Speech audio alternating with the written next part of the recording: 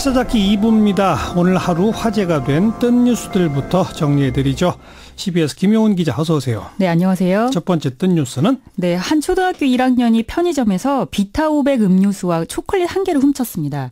편의점 주인이라면 어떻게 해야 할까요? 따끔하게 혼내고 부모에게 알려주는 게 인지상정이겠죠. 예. 그런데 이 편의점 주인이 굉장히 비상식적으로 대응했습니다. 비상식적? 어떻게 했어요? 그 편의점에 이 초등학생의 신상 정보가 담긴 사진을 붙여버렸습니다. 허허. 그 사건을 요약하면 이렇습니다. 지난해 10월 경북 칠곡의 한 편의점에서 있었던 일인데요. 초등학교 1학년 A군이 하굣길에 편의점에 들렀다가 물건 2,000원어치를 가방에 몰래 넣었습니다. 예. 그래서 편의점 주인 29살 B씨가 너 예전에도 훔친 적 있지? 이렇게 추궁을 했고요. 아이 부모를 찾아가서 합의금 100만 원을 달라 이렇게 요구를 했습니다. 100만 원? 네. 그러니까 A군의 아버지가 죄송하다. 잘못은 했지만 100만 원은 너무하다. 그러니까 B씨가 다시 50만 원을 요구했고요. 예. A군의 부모가 또다시 응하지 않자 합의가 결렬이 됐습니다. 예. 네, 그런데 사흘 후에 B씨가 편의점 출입문에 아이의 사진을 붙여버렸습니다. 하하. A4 용지에 최근 도난 신상 정보 공개라는 제목으로요. 땡땡 초등학교 1학년 지속적으로 3개월 이상 물건 훔쳐감이라고 적어놨고 또 그 밑에는 사진을 붙였는데 A군이 당시 가방에 물건을 넣는 장면 그리고 얼굴이 찍힌 CCTV를 캡처해서 출력한 사진 8장을 붙여놨습니다. 그래서요. 그다음에 어떻게 됐어요? 그 편의점이 A군의 학교 앞에 위치하고 있다고 합니다. 직선거리로 100m도 채 안 되는데 예. 1시간이 지나서 동네 주민이 그 사진을 발견하고 A군의 부모에게 이 사실을 알렸습니다. 네. 그러니까 A군의 아버지가 경찰에 명예훼손 혐의로 B씨를 고소했고요. 최근에 그 판결이 나왔습니다. 대구지방법원은 B씨가 어린 피해자의 명예를 훼손해서 학교 생활 등에 지장을 초래했다. 죄질이 좋지 않다. 이렇게 판단하면서 벌금 400만 원을 선고했습니다. 예. 그리고 물론 그 사진은 즉각 떼어졌겠죠. 그렇겠죠. 아이고 법원이 잘했네요. 참 이상한 사람도 있어요. 참. 네. 다음 뉴스는요.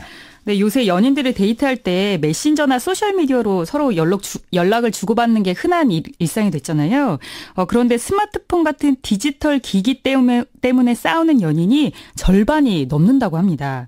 그 이유가 너무 많이 사용해서라고 합니다. 아하.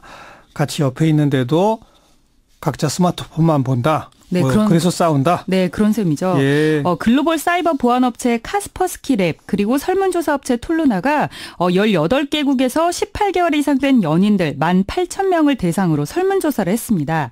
그랬더니 전체 응답자의 55%가 스마트폰 등 디지털 기기의 과도한 사용으로 다툰 적이 있다. 이렇게 답했습니다. 절반이 넘네요. 네, 절반이 넘습니다.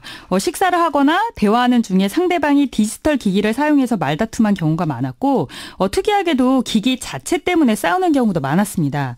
응답자의 25%는 누가 먼저 기기를 사용하는 애로 놓고 싸웠고요. 28%는 기기 분실 문제 때문에 싸웠고 45%는 배터리를 충전하지 않았다는 이유로 싸웠다고 합니다. 예. 네, 그리고 또 상대 연인이 기기를 사용하다가 악성 코드에 감염시켰다는 이유로 말다툼을 한 경우가 24%나 됐다고 합니다. 이 디지털 기기에 너무 몰입하지 말고 당장 내 눈앞에 존재하는 연인들에게 좀 소홀하지 말고 잘해야 하지 않나 이런 교훈을 주는 기사가 아닌가 싶습니다. 예. 그리고 뭐 꼭 필요해서 스마트폰에 뭘 검색하거나 아니면 이메일을 보거나 이렇게 해야 할 때가 있을 수도 있잖아요. 네. 그럴 때는 일종의 이게 매너인데 내가 이것 때문에 꼭 좀 봐야 되거든. 잠깐만 좀 양해해 줄래? 이렇게 말하고 하면 그럼 다툴 일은 없죠. 네, 그것도 한 방법인 것 같습니다. 그래요. 다음 뉴스는. 네, 국내 대형 교회 중 한 곳이죠. 사랑의 교회 오정현 담임 목사가 교단이 정한 목사 요건을 갖추지 못했다라는 취지의 대법원 판결이 나왔습니다. 이게 그 교회 다니는 신도들 가운데 일부가 소송을 낸 거죠? 네, 그렇습니다. 오 목사가 2003년 사랑의 교회 목사로 위임을 했는데 일부 신도들이 절차에 문제가 있다면서 2015년에 오 목사와 대한예수교 장로회 총회 동서울 노회를 상대로 위임 결의 무효 확인 소송을 냈습니다. 1심과 2심에선 목사 요건 갖췄다 이렇게 판단을 했는데 대법원은 요건을 갖추지 못했다 이런 취지로 사건을 서울고등법원으로 돌려보냈습니다. 대법원에서 뒤집힌 거네요. 그렇죠. 네, 쟁점은요. 오 목사가 총신대 신학대학원에 일반 편입으로 입학했는지 아니면 편목 편입으로 입학했는지였는데요. 교단 헌법상 예장 합동의 목사가 되려면 총신대 신학대학원을 졸업한 뒤에 강도사 고시에 합격을 하고 1년 이상 교역에 종사를 해야 합니다. 그리고 이후에 노회 고시에 합격하고 목사 안수를 받아야 하는데요. 대법원은 오 목사가 목사 후보생 자격으로 일반 편입한 것으로 보는 것이 합리적이다. 이렇게 판단했습니다.